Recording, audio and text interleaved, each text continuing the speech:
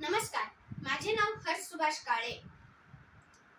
एका माणसाने आपल्या तरुण मुलाला एका गुरुच्या आश्रमात आणून सोडले. ते म्हणाले, जीवनाचं सत्य याला तुम्ही शिकवू शकाल असं मला अनेकांनी सांगितलंय, म्हणून याला तुमच्याकडे आणले. गुरु म्हणाले, जीवनाचं सत्य वगैरे मला काही माहिती नाही. मी पहिली 3 वर्ष तलवारबाजी शिकवतो.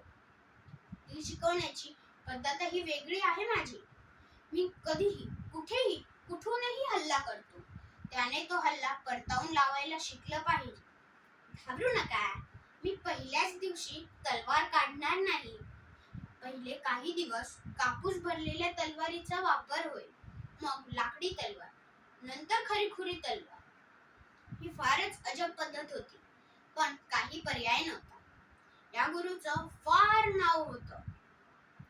शिष्य आश्रमात एका कुटीत राहू लागला आणि गुरुनेही त्याचा शब्द खरा करायला सुरुवात केली.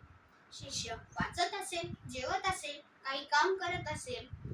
गुरु त्याच्यावर कापसाच्या उशीसारखी तलवार घेऊन तुटून पडायचा. काही काळानंतर शिष्याला आता गुरुच्या पावलांची चाहूल लागू लागली. आता गुरुने लाकडी तलवार वापरायला सुरुवात केली आणि तो मांजरीच्या पावलांनी येऊ लागला.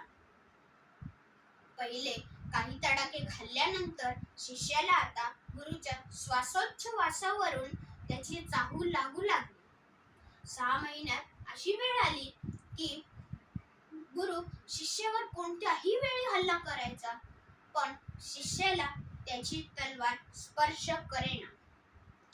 आता गुरुने शिष्यावर झोपेतही हल्ला करायला सुरुवात केलेली. गाढ झोपेत शिष्याला गुरुची चाहूल लागायला लागली, पण पहिले काही दिवस त्याला तलवारीचे फटके बसले. पण जसंच शिष्याला गुरुची चाहूल लागायची, तो उठून त्याचा हल्ला परतावून लावायचा.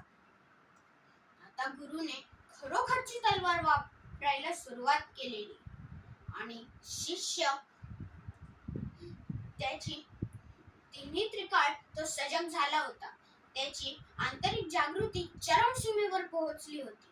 एकदा गुरु आणि शिष्य पडवीत एकमेकांपासून लांब 2 टोकांना ग्रंथ वाचन करत बसले होते. शिष्याच्या मनात विचार आला की हा गुरु आपल्यावर त्याच्या मनात येईल तेव्हा हल्ला करतो, पण तो किती सजग आहे. आपण तर आता पारंगत झालोच आहोत. आपण एकदा याच्यावर हल्ला करून याची परीक्षा घेऊया. तत्क्षणी गुरुदेवांनी ग्रंथातून त्यांची मान वर केली आणि म्हणाले, बेटा, असा विचारही मनात आणू नकोस. उगाच खांडोळ्या करून घेशील. आपल्याला अजून बराच पल्ला गाठायचा आहे. हे शिष्याच्या लक्षात आलं. धन्यवाद.